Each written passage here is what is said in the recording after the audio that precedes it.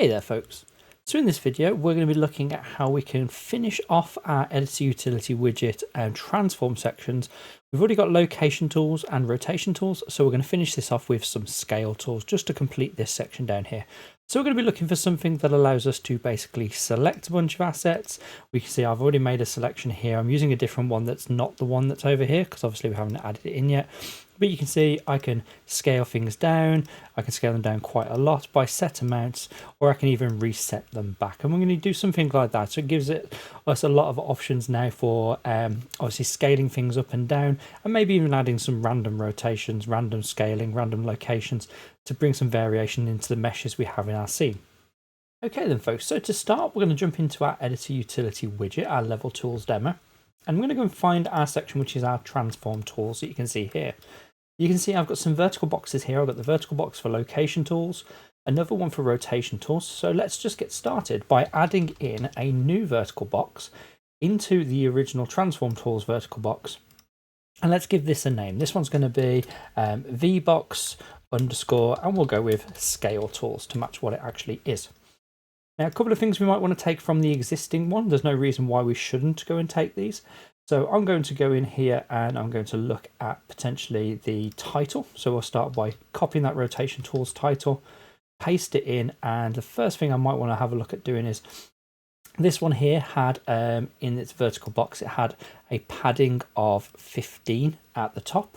So let's go and have a look at the vertical box we've just added, the scale tools one. Let's add padding of 15 above that as well. That gives us a bit of spacing. And let's rename the rotation tools now to scale tools. Okay, so that gives us a separation of these different elements. It gives us a title for these. I'm going to next go in and add in a horizontal box. And same as all the other ones, this horizontal box is going to allow me to arrange a range of buttons horizontally in here. And what do I want in here? Well, let's just go and take let's take the rotation tools minus 91 that we've got here. So we're taking the button and the text itself. I'm going to Control C and Control V into my new box here.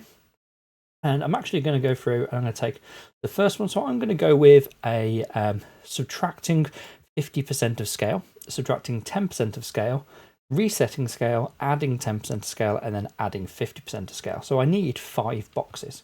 So I'm going to keep on selecting the horizontal box that these are going into, and I'm going to make sure that I have added in 5 elements. So you can see here, minus 50, minus 10, reset, plus 10, plus 50. Okay, so that gives me a good understanding. And I'm just going to go through each of these now, and we'll go with minus 50%, and we'll go with minus 10%. I'm going to make the middle one a reset. I'm going to make this one then a plus 10%. Let's make sure we're typing that correctly. Plus 10% and a plus 50%. You can go higher. You can do these with more values if you really want to. One of the things I'm also doing is I'm choosing to subtract and add. So I'm doing my scaling in increments. So it might be that you just want to add an extra 10% to the scale of something just to fill in a gap, or you want to jump up in the scaling, and I'm jumping up the scaling in 50%, so 0.5 at a time. So it would be scale of 1, go to 1.5, 2, 2.53. You could do it as a multiplier, so you could have values in here and have a 0.5 value and a 1.5 value if you really wanted to, and then obviously you could have a times 2. All that you're going to change then is the math that we're going to do in a moment, where it's adding, you're going to make that into multiplies. Okay, so let's go through these last little bits then. We want to make sure that all the buttons have the correct name, because right now you can see all the buttons are named based on rotation. So let's go with scale min 50, and that gives me minus 50 on the scale. I'm going to take the next one, and I'm just going to copy and paste the names that I've just done, but this one will be min 10. Then I'm going to do this 10 one that we've just done, but I'm going to do it as add 10. Let's just take the whole of that and have the same thing in this one. So this one will be, rather than min 50, it'll be add 50. And the last one, just clicked off of it, there you go. The last one will be this scale reset. Okay, so that's going to work for now. That's going to be our basic scaling options. And I'm just going to jump into my graph and I'm going to go and have a look at, we've got this location section. Let's take all the ones we've done in previous videos and call those our rotation tools. Okay, so you should be able to see I've got location offset tools and rotation tools. Add a bit of a space in there to keep it tidy. And now let's add in some scale tools. Okay, so first thing I might want to do is go find those buttons. Those buttons, because of the way we've just done this, I'm just going to move these variables into the correct section. So this one should exist in rotation, and this one should exist in rotation, and this one should exist in rotation. But because I duplicated rotate buttons, you can see these ones here are my scale tools, but they've been added into the rotation section by copying and pasting. So I'm just going to create myself a new category. I'll call it scale. And now what I can do is I can take these scale ones and just drag them into the correct category. And I should have 5 elements in here. Yeah, I should have the -50, -10, +50, +10, and the reset. Next thing I'm going to do is I'm going to go through each of those and I'm going to add an on pressed event for each of those buttons. Because it's going to be very similar to everything we've done so far, we're going to have an event that triggers. It's going to have a very similar process for how it's going to work. And then obviously we can just add some variations and edits in afterwards if we want to have more control over what those numbers are going to be. Okay, so we've got this add 10%. How is this going to work? Well, it's actually going to work very, very similarly to everything we've done before. I'm going to go up to my functions and I'm going to make myself a new function for modifying the scale. So I'm going to call this one modify scale. Now I'm going to show you how to do this one with like one function. It might be that what I show you now with this one function, you choose to come back in here later and make something very similar for the other ones, because at the moment we've got add location and we've also got add random, but we've also got subtract options. So here I'm just going to do one single modify option and we'll see how we can just have one value that gets passed through and we use it so it could be positive or negative. Now the first thing I want to pass through in here is I want to pass through, let's pass through the scale. So we're looking for the scale 3D. So I'm just going to search in here for scale 3D, although actually it's not a scale 3D, it's going to be a vector. So here we're going to be looking at it, we're going to need an X, Y and a Z value. So it's going to be the scale on the X, the scale on the Y and the scale Z, but it's essentially going to be our scale 3D. And we're also going to have a modify amount. So we're going to pass through how much we want to edit this by. That is going to be, if I just edit it here, it's going to be a float. Okay, so now with that, what we can look at doing is coming along and we can break our vector to give us the X, Y and the Z. And then just as I've done in previous ones, I'm going to choose to add. So let's go with an add node. It's the operator version, and I'm just going to duplicate 3 of these.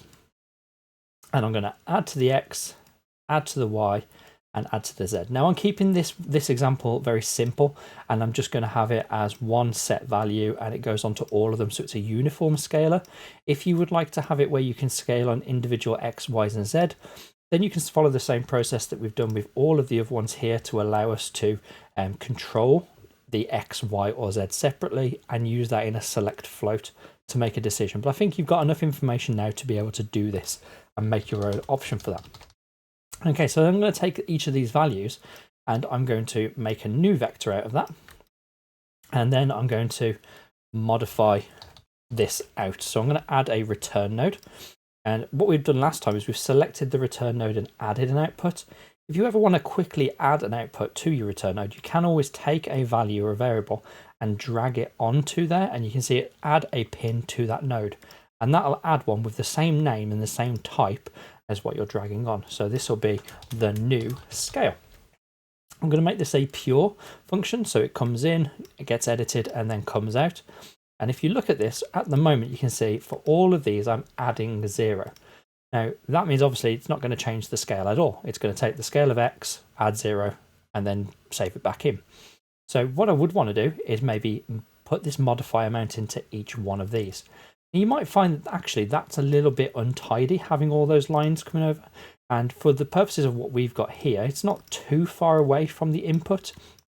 But if you really wanted to take this further and make it just that little bit tidier, what you might want to know is that if you were to right click and search for the name of that input, so modify amount, you can actually get the input to a function as a variable that you can get. So if you want whatever the starting value was, the value that got passed through here, unmodified before it's gone through all the functionality, you can just get it as a variable anytime that you need.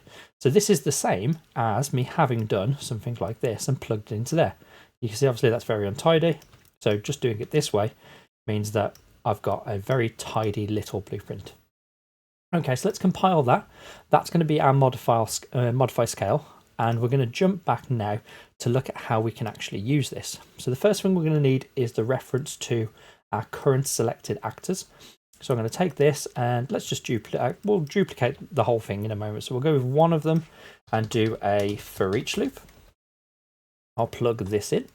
And then I'm going to, first of all, get actor scale 3D. That's what the thing I was looking at just before, which gives me a vector value. So it gives me the scale on X, the Y, and the Z.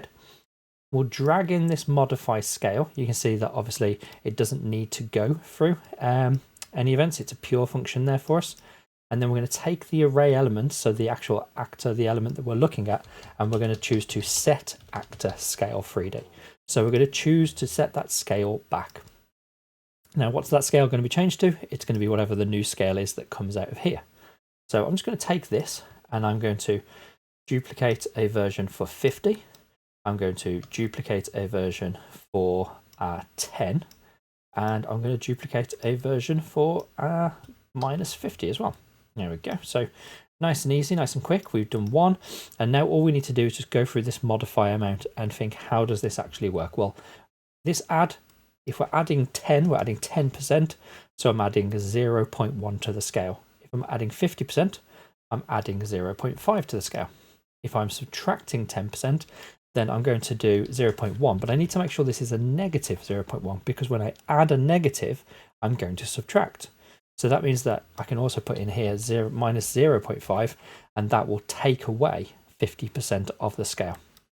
Now, the last one is obviously our reset button, and reset's going to be very easy because we're just going to take the for each loop that we've got. We're going to loop through all of our actors, and rather than doing all the modify, we're just going to set our actor scale 3D, and we're going to make sure we change this to 1, 1, and 1. And we're just going to basically reset its scale back to that 111 value. Okay, so let's compile that, let's save it, and let's go in and have a look at how that works. So I've got all these walls here. I'm going to select those walls. So you should be able to see if I go here, select them all and select them in my scene. Okay. And now if I go over into my scale tools, I can choose to scale them down by 50, scale them up by 50, scale them up by 10, scale them down by 10, and I can even modify them quite heavily and then reset them back. Okay, so that gives me a lot of variation on there. Obviously, what you could look to do is expand this just that little bit further by exploring some of the things we've done in other tools. So I might go and add these in myself afterwards, having the ability to scale on the X, Y, or Z, having the option to set up an offset or a scale amount as a spin box. Just remember with this spin box here, we've gone with a value of minus 500 to 500. We've gone here with minus 360 to 360. Think what is the maximum and minimum scale that I would want to have in this spin box? Would I want it to go all the way to minus 1 to 1? Because if it goes and modifies it by minus 1, it could go down to 0. And we don't want to have 0 scale because it's going to disappear. So do we want to set it to only exist ever between minus 0.5 to positive 0.5? Do we want to set the default value maybe to 0.1 and we work in those 0 point values instead? The other option obviously is random. So you could have it where it randomizes. And this would be, again, one of those ones where when you're going into the random, so let's just look at the rotation random and how that works in the function. So add random rotation, we've got this random floating range. Here we've said 0 to 360, but if you wanted to have randomized scaling, you could do something like minus 0.5 through to positive 0.5. And then every single one of those could be defined. You could even go as far as having a minimum and a maximum. So here where we've got random, you could have a minimum and maximum range for it to do, or you could even use that spin value. So if it was like 0.1, you could always have this randomized between minus 0.1 to 0.1. Whatever works for you, but that should bring together all of our scaling tools. And it means that now inside our editor utility widget, we have the ability to control on these different meshes, their location, their rotation, and their scale, and do a whole bunch of offsets, editing, rotation, and simplified processes that would have been a little bit more finicky and a little bit more repetitive to do if we were to do them on each actor individually. Thanks for watching, folks. If you enjoyed this video, then please consider subscribing to access more of my Unreal Engine content.